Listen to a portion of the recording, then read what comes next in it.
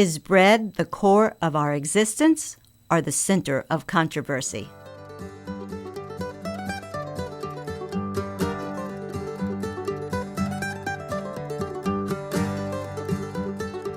Welcome back to Rooted and Restless. I'm Marianne Smith Edge. For centuries, bread has been the core of our existence.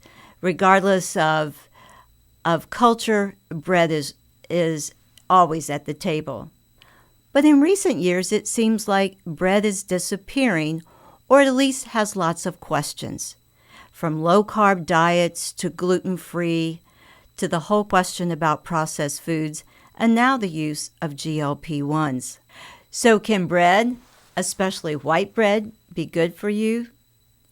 My guest today can definitely answer that question. I'm pleased to have Jessica Wellnitz, Director of Business Development for Bay State Milling. Bay State Milling is actually the U.S. largest family-owned flour milling company. So Jessica, thank you so much for being a guest today. Our quick conversations over the past couple of months, I can tell you have a real passion for wheat. So I'm going to use a question that my husband asks me a lot of times. What occurred in your childhood that you're just so passionate about wheat? That's a great question. I think really I think about my memories, my earliest memories of bread, and what they're really memories of is just being comforted. Bread was always on the table growing up. It was part of family dinners and holidays. It's what you ate when you weren't feeling well. It was always in our kitchen, always bread on the counter. And one of my favorite memories is that my grandmother always had to buy this special sesame egg twist bread from a local bakery. And she'd make me a simple sandwich, which is unusual, but it was margarine and brown sugar. And to this day, I can still remember how that tasted. As I got older, I remember innovation around bread production. Do you remember when bread machines became popular? Definitely. Yeah. So every Sunday, my mom would make a fresh loaf of bread in that bread machine. And the best part of that was racing to be the first one to slice into it while it was still warm so that you could claim that crispy end piece and then just like smother it in butter. When I think about bread, I don't really think about carbohydrates and nutrition facts. I really think about family. I think about tradition. I think about comfort. And that's why the work that I do now means so much to me because bread has, as you mentioned, connected people around the table for thousands of years. And so if I have the opportunity to work in an area where I can preserve everything people love about it while making it more nutritious, that's a pretty special opportunity.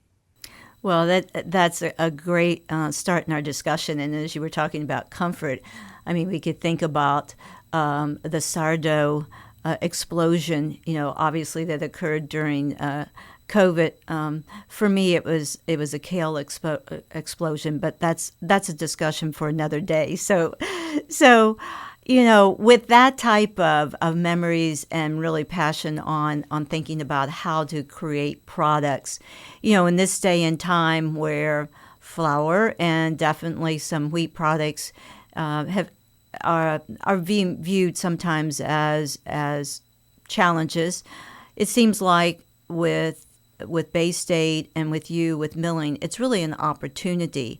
And so how do you take this current situation and really view it as an opportunity to make sure that bread is still on the table? Yeah, I mean, I think it's really building off of my intrigue in the science behind flour. So I just to set the stage here, I did not set out to build a career around wheat.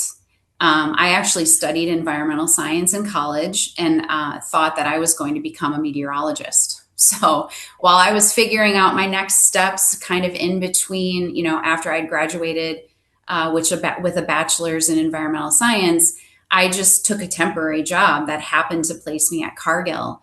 And I had the opportunity then to work in a flour quality lab. And honestly, like what fascinated me so much was discovering how much science was behind something I had completely taken for granted. I never stopped to think about everything that went behind flour before it reached my kitchen. And I was fortunate enough to be surrounded by so many brilliant people who encouraged my curiosity. And the more I learned about wheat, milling, baking, food science, the more I realized how much impact one simple ingredient could have. And so that's kind of what, spurred my career, and building again off that interest. I was so intrigued by the fact that Bay State Milling wanted to seize the opportunity to redefine wheat. And advances really in cereal and crop science have given us the ability and to identify and essentially breed for these nutritional traits. And that's exactly what we're doing with high fiber wheat. It is non-GMO, and it was wheat bred in a traditional wheat breeding fashion, bred for high amounts of resistant starch. Took decades of research and plant and breeding to do that. And when milled, that wheat then becomes a white flour with 10 times the fiber of a traditional wheat flour. And at the same time, 90 to 95% of us are fiber deficient. So it's an increasing, fiber is increasingly tied to things like metabolic and cardiovascular and gut health. So innovating wheat to create an entirely new flour that looks and tastes like traditional wheat flour, but delivers this critical nutrient is an opportunity to drastically change and improve public health. Well, you've thrown out a lot of different angles on how the Bay State Milling is really working on it. So, as you mentioned, some of the opportunities, and first and foremost, you're absolutely right. As a dietitian, I can definitely say fiber is a deficit. Even the current dietary guidelines will talk about that a nutrient of concern is fiber. And you're right, I don't think we talk about it because, as we both know, and it's all about protein, and especially with GLP-1s, a lesser intake, so focus on protein. But at the same time, protein doesn't have the fiber, as you've mentioned. So really looking at nutrient-dense or nutrient-rich foods, especially in fiber. If I'm sure if I ask someone, even my husband probably doesn't know how many grams of fiber you should have a day. It's 28 grams of fiber. Sounds easy, but in reality, if you're eating all protein, that's not going to happen, as you mentioned. So you talked about breeding and the higher fiber flour. I think just a little bit that I've read is perhaps take us from with the milling company first. Let's take from you have it. Let's talk about the flour a little bit. And, a question would be, well, if you have high fiber flour now, what took you so long? And you kind of talked a little bit about the breeding, but maybe give us a little bit of journey before we talk about how the farmer gets involved. Yeah, that's a great question. I mean, the journey was long, and the journey started in the 90s, actually in Australia, with the Australian government recognizing that there was a deficiency in fiber in the Australian diet. And so decades of research went into identifying the trait and what was responsible for fiber in wheat flour, to identify that trait, to again use traditional wheat breeding practices. So not genetic modification, but just traditional breeding, which takes a very, very long time, to isolate that trait and essentially, not to get too scientific, but essentially the starch portion of a wheat kernel is really built off of amylose and amylopectin. And amylose is a form of resistant starch. And essentially, in a standard wheat kernel, there's more amylopectin than there is amylose. And through these decades of research, they inversed that to make it higher levels of amylose, lower levels of amylopectin. And really, in those decades of research, it was not just about researching and creating these high amylose wheat varieties, but it was also protecting that technology. And Bay State was the first global partner to license this technology. And it started with a tiny bag of seed. And this is what's so exciting. It started with a tiny bag of seed, and now we are growing in regions all over the country to build out this supply chain and this unique IP identity preserved variety of wheat. So the time it took to get from, the idea to a consumer's table has been decades, and we're finally there. And that has been one of the most exciting journeys in my career, to have been part of seeing that little bag of seed and now seeing it, being delivered to consumers. And that's exciting. And to your point at the beginning, when you said, when I started with Cargill, I had no idea what it took to sometimes get some of the food to the table. And this is kind of the whole concept of the podcast, is to really talk about the journey, the story behind food. And this is a perfect example to talk about how research, just due diligence and perseverance, basically, can really improve, our overall health benefits.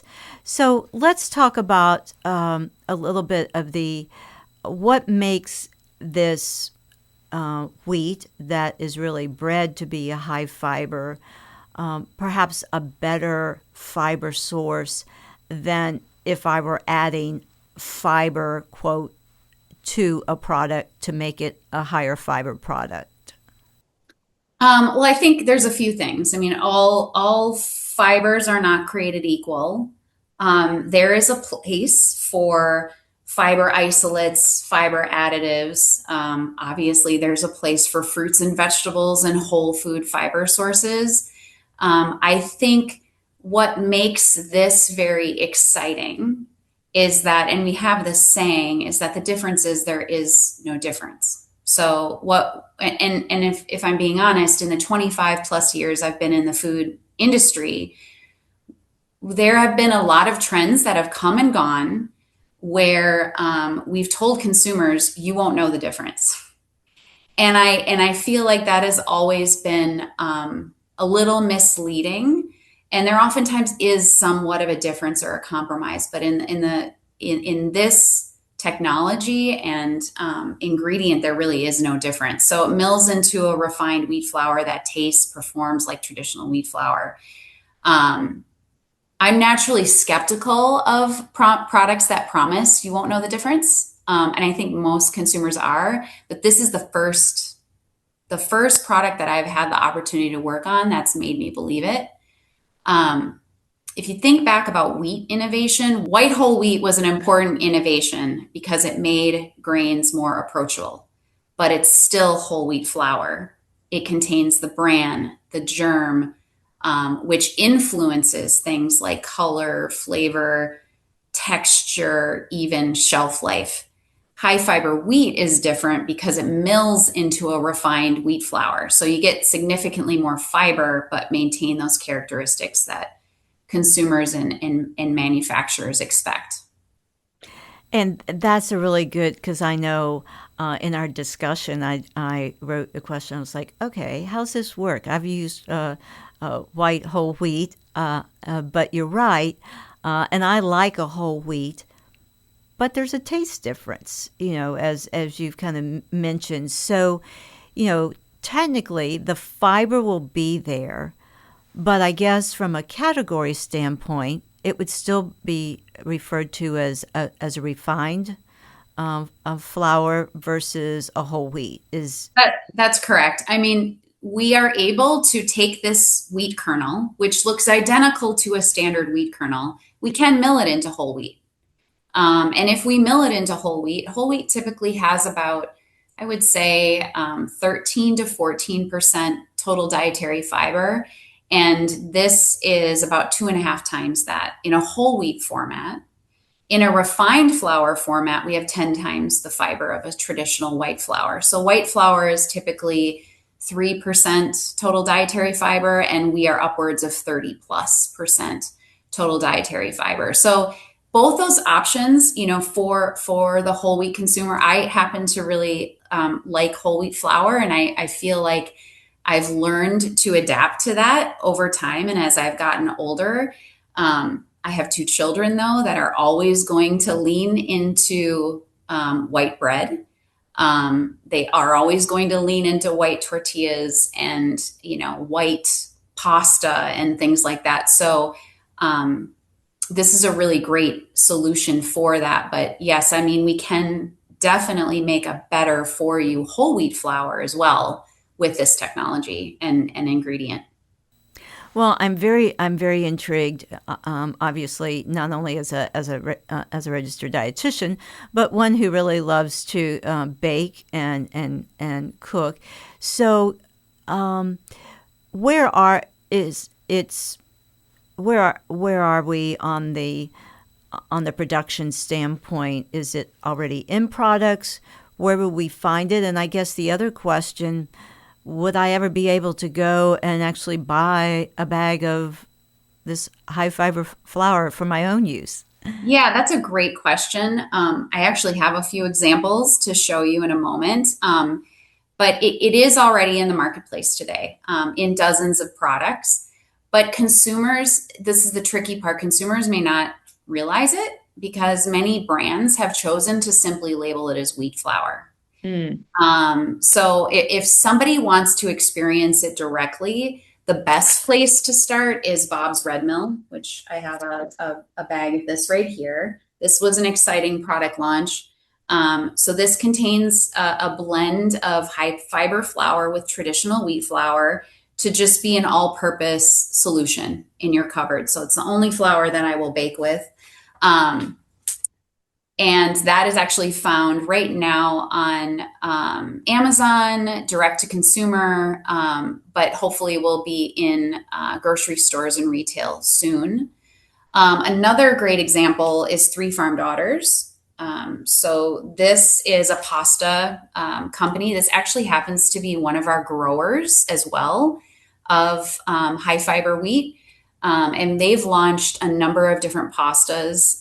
This one happens to be my favorite. It's an orzo. So this is always in my pantry. This pasta delivers 3 times the fiber of traditional semolina based pasta, but still gives you this great experience that you would expect in traditional pasta. And then we're also seeing it show up in really like innovative emerging brands. And one example here that we just helped launch is Gallant Tiger. This is a crustless sandwich where they're utilizing high fiber wheat flour in the bread to deliver a good source of fiber. And it's helping not only deliver nutrition, but also a really great eating experience. So those are just a few examples. We work, as I said, with dozens of brands. We are hoping to start to see more brands call out that they're using this unique ingredient, and we're actually launching a Wheat Better badge and program where we will almost like a co-branding type of thing to build awareness around the fact that this is better wheat. Our initial go-to-market plan was this idea of clean label, this promotion of it's just wheat flour. You can just label it as wheat flour. And that has been great. And that's worked wonders with large CPG players who want to protect their innovations, right? Like where not everyone knows how they're getting to that nutritional benefit. But we're finding that now we have large manufacturers who are wanting to go along on this journey with us to educate consumers about this really unique wheat flour. And so now we're turning towards labeling it as high fiber wheat flour. We're turning towards co-promotion and really educating consumers to come back to wheat. And we think the best way to do that is not to necessarily just call it wheat flour, but rather help consumers understand this unique flour and its benefits. Well, it's just so exciting to hear. And, a couple of things. First of all, those who are listening, this is not an advertisement for any type of, even though I like Bob's Red Mills, no monetary contributions, but it's a great example to know that it's available. And you're right. I actually visited Bob's Red Mill years ago and met him a couple of times at his place. And he was, even though he's now deceased, obviously having an employee-owned company like they are, it's always been about innovation for them. So it doesn't shock me that that's one of the first in that regard. But a couple of things I think too, especially those that are listening that may not understand all the rules and regulations, is that the about the fiber concept is that first of all is that you just can't stick a label saying it's high fiber or a good source of fiber or a great source of fiber, and there are rules and regulations. So maybe give us a little insight on that in regards to, it has to be accurate, and so what has to be, how much fiber does it have to have? So there are a number of different approaches that manufacturers take towards labeling fiber content. There's good and excellent source, and a good source of fiber you would typically see as 3 grams per serving. But to make those claims of good or excellent source, it has to be based on a very targeted and specific serving size, which we call RAC, recommended amount customarily consumed. So for example, bread, that is 50 grams.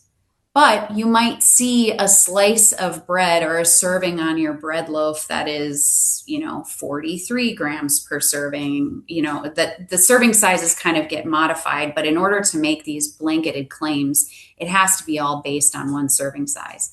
So good source is 3 grams, excellent source is 6 grams. But honestly, I am seeing more in the marketplace around fiber content, not a claim. So instead of making consumers understand what good or excellent source means, it's about just content. And so a lot of times we're seeing companies put on just pack content. And frankly, with protein, right? Like we see a lot of protein plus fiber in the market.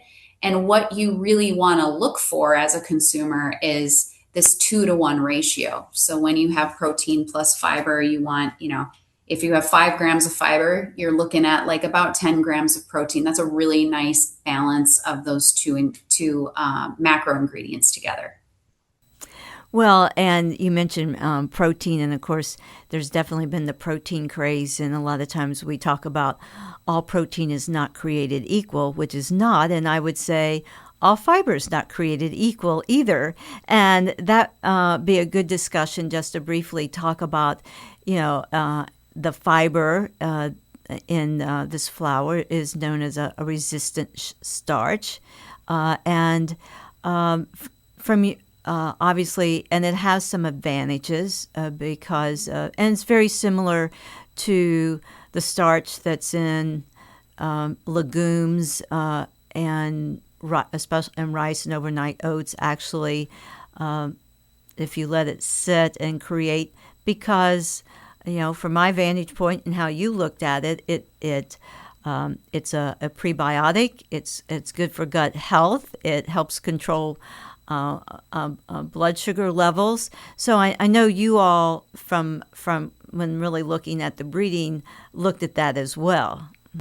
That's right. So, and as you said, I mean, it is important to understand just with as it is with protein that not all fibers are the same. Um, and as you also said, the primary fiber in high fiber wheat is resistant starch, which is fermented slowly and more evenly through the large intestine rather than rapidly in one location. So what that does is that supports a healthier gut environment. And the key here is that generally results in better digestive tolerance. So that helps people increase their fiber intake with less digestive discomfort. I mean, I think we all know, it's protein and it's fiber, and protein is about muscles and strength. And, fiber just doesn't have like a great connotation of that. It's about gas and bloating and going to the bathroom, and it's not like as sexy as protein, right? But that I think is really important for consumers to understand is that not all fibers create that digestive discomfort that they might experience. And I think I want to just say it is a prebiotic fiber source, which when you think about prebiotics, you think of inulin. And I think many consumers are aware of that. They're both beneficial fibers, but they are different. They behave differently in your body. So inulin tends to ferment very quickly in the beginning of digestion, which can lead to things like gas and bloating for some people, not everyone. And like I said, resistant starch being fermented more slowly and more evenly, you just get that better, stronger digestive tolerance. Well, and if when we think about it, any bread has always been, from a complex carbohydrate, so it takes longer to break down, as we've talked about it, which when we think about it, anytime it takes longer, the good news is it keeps it'll keep a level like blood glucose levels, blood sugar levels on a more even kill. So, that whether we're looking at it from a diabetic, pre-diabetic, or just normal, it's common sense to think about the value of it. And you're right. I think with any time when and this is kind of a good a word of when we need to increase the fiber in our diets, but it's like anything, you've got to do it over time. And hydration is extremely important as well because we probably have all experienced if we too much without the hydration standpoint, we're going to get some of the side effects we just talked about. So, Right, that's right. but still, and to this point, I mean, timing, it was interesting. A couple months ago, I was at a food and medicine symposium in Chicago, and of course, everybody with all the current environment, protein, but it was said, well, fiber is the next trend, and I actually think, I mean, obviously we're total food intake is down, so we have to look at nutrient rich foods and such as the case in discussing about products with this particular high fiber wheat. So one of the things I think is, well, it is extremely important that in the food chain that we haven't talked about is the farmers who grow it.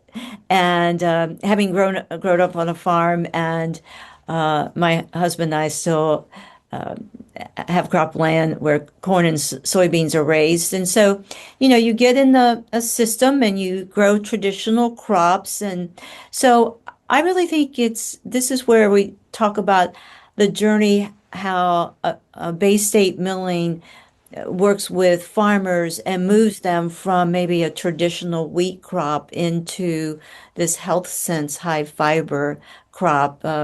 Tell me about that journey. Yeah, I'd be happy to. I mean, high fiber wheat flour is grown under contract because it's an identity preserve supply chain. So this is a closed loop system to protect really the integrity and the nutritional content of that grain. So farmers will receive a premium to ensure the purity of this crop.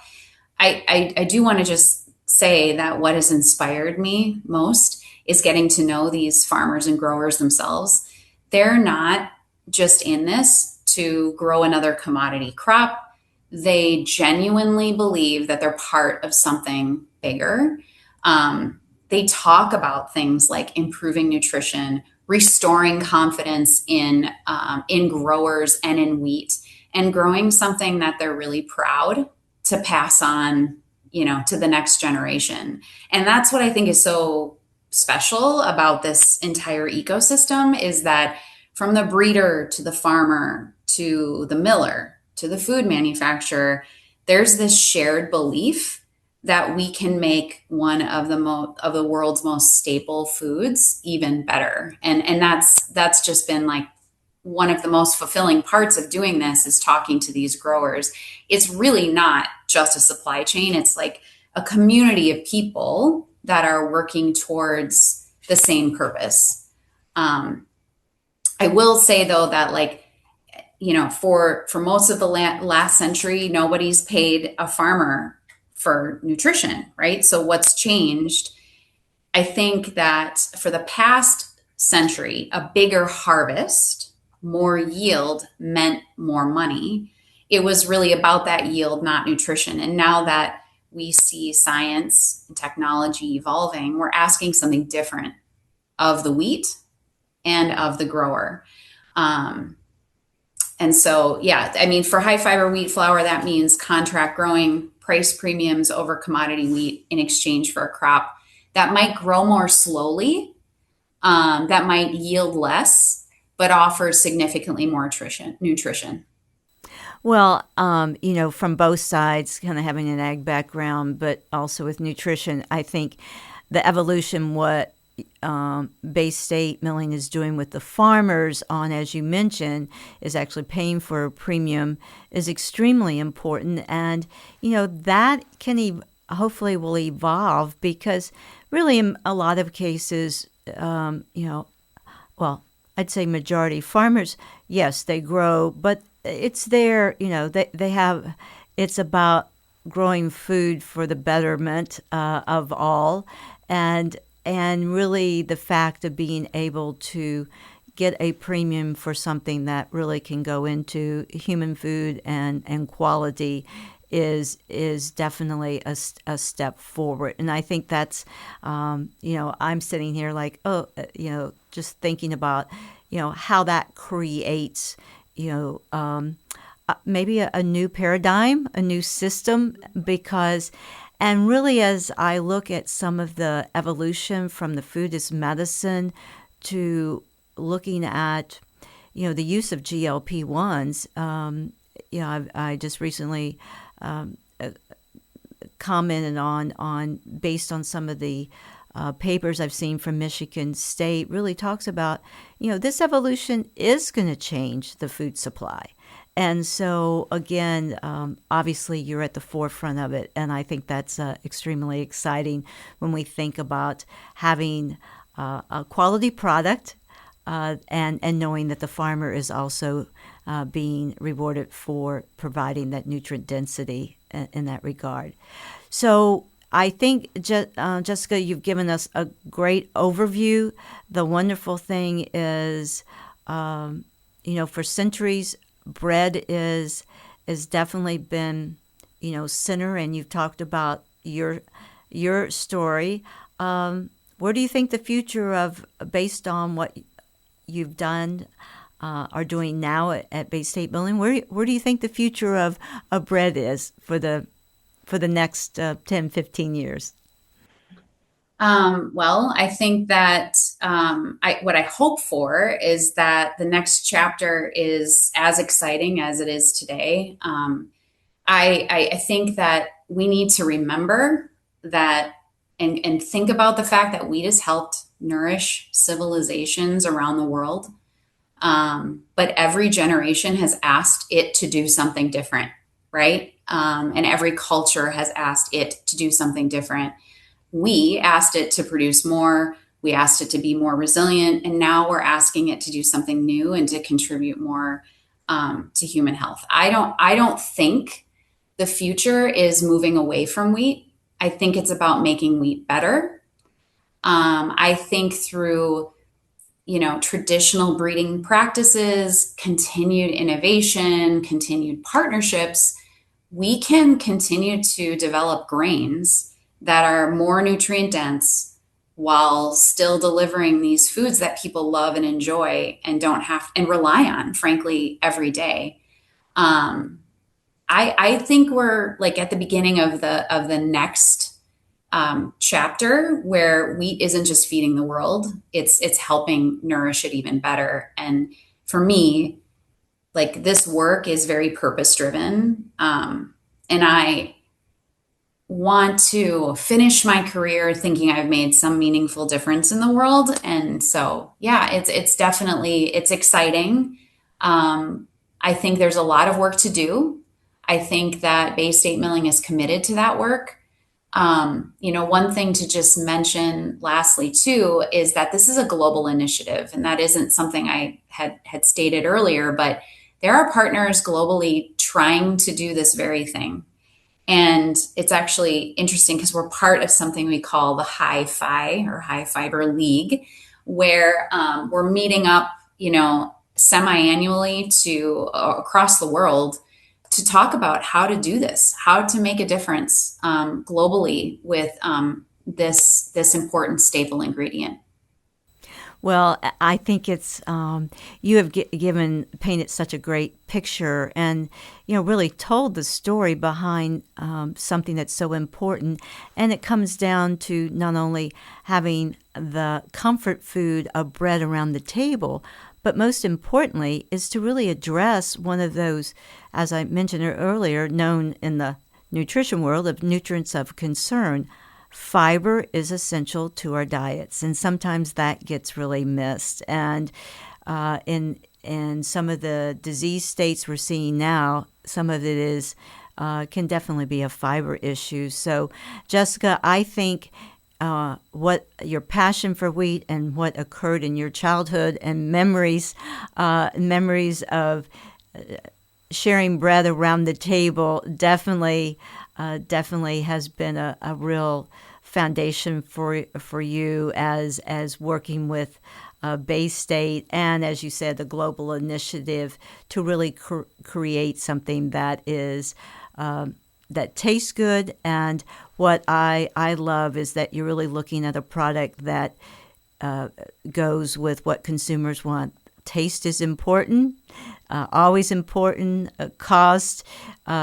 Now we see convenience, but at the end of the day, healthfulness kind of comes in under that, but it's got to taste good. And this is one thing that you really have worked on. So, here's to our health, our high fiber health.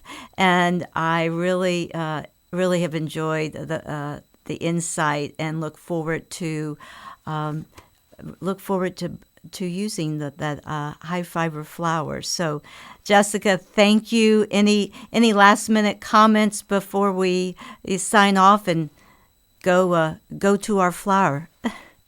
I would just say everybody needs to wheat better and get your fiber. Keep your eyes out for new product launches. You can find us at wheat-better.com if you want to learn more about products that it's found in. And yeah, I'm always interested in talking about this subject, so you can always reach out to me as well. We'll make sure you have my contact information. Thank you so much for this opportunity. It was a really fun conversation. I appreciate it. Well, thank you. And I think it just shows that, there's a place on the plate for all foods, including bread, and frankly, comes down to really shows that behind everything we eat, there is a story. And as you have found in your own personal journey, it's not as simple as we think. So, Thanks again. Thank you so much. Thank you for listening to Rooted and Restless. It's all about digging deeper into the behind the scenes about food, agriculture, and nutrition, because after all, Every food has a story, and sometimes it's not as simple as it seems. Subscribe to Rooted and Restless wherever you listen to podcasts, or find us on YouTube.